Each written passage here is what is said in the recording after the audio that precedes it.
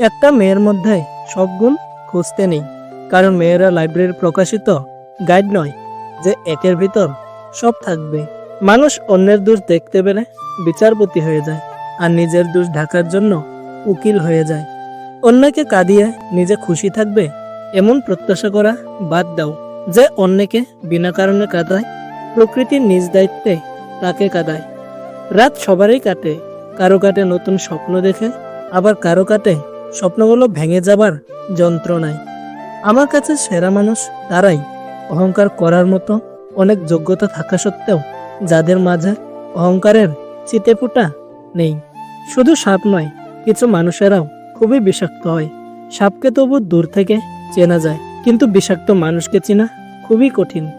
আপনার পিছনে কেউ বাজে কথা বলে তিনটি কারণে: এক, যখন তারা আপনার অবস্থায় পৌঁছাতে পারে না। দুই, আপনার যা আছে তাদের সেগুলো নেই। তিন, তারা আপনার মতো হতে চায় কিন্তু হতে পারে না। খাবারে বিষ ঢেলে দিলে সেটার চিকিৎসা সম্ভব, কিন্তু কানে একবার বিষ ঢেলে দিলে সেটার চিকিৎসা সম্ভব না। প্রতিষ্ঠিত কাউকে পছন্দ করে জীবনে এগুনো অনেক সোজা, কিন্তু কারো পাশে থেকে তাকে প্রতিষ্ঠিতের পথ অবধি নিয়ে যাওয়া এতটা সহজ নয়। জীবনে হয়তো তুমি অনেক কিছু হারাবে, আবার অনেক কিছু পাবে, কিন্তু কাউকে পেতে গিয়ে এমন কাউকে হারিও না যে তোমাকে তার চেয়েও বেশি ভালোবাসে। কথায় আছে, নদীর এপার ভাঙে ওপার গড়ে। আজ যারা তোমাকে ভেঙে নিজেদের গড়েছে, একদিন দেখো সময় তাদের ভাঙবে আর তোমাকে গড়ে তুলবে। প্রজাপতির পিছনে ছুটে সময় নষ্ট করো না, ফুলের চাষ করো, দেখবে প্রজাপতি তোমার পিছনেই ছুটে আসবে। কাউকে বিশ্বাস করার আগে একটু ভেবে করবেন, কারণ কখনো কখনো নিজের দাঁতেই নিজের জিভকে কামড়ে দেয়।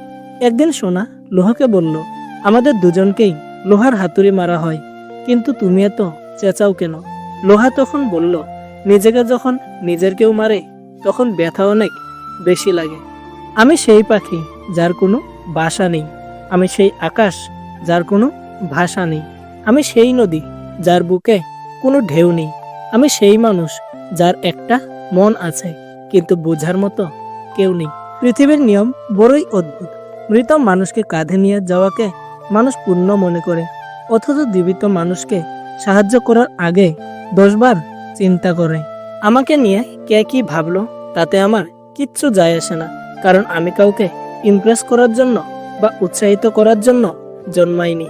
কিছু রাত কেটে যায় স্বপ্ন নিয়ে, কিছু আশা ভেঙে যায় নীরব চোখের জলে, কিছু স্মৃতি কাঁদিয়ে যায় আড়ালে, কিছু মানুষ দূরে হারায় কিছু না বলে। তর্ক যদি করতেই হয় তাহলে জ্ঞানীর সাথেই করো, জিততে না পারলেও কিছু শিখতে পারবে।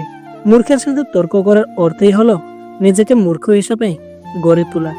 কথা শিখতে একটা মানুষের 2 বছর সময় লাগে, কিন্তু কথায় কি বলতে হয়, কিভাবে বলতে হয়, কি বলা উচিত নয় তা শিখতে একজন মানুষের সারা জীবন লেগে যায়।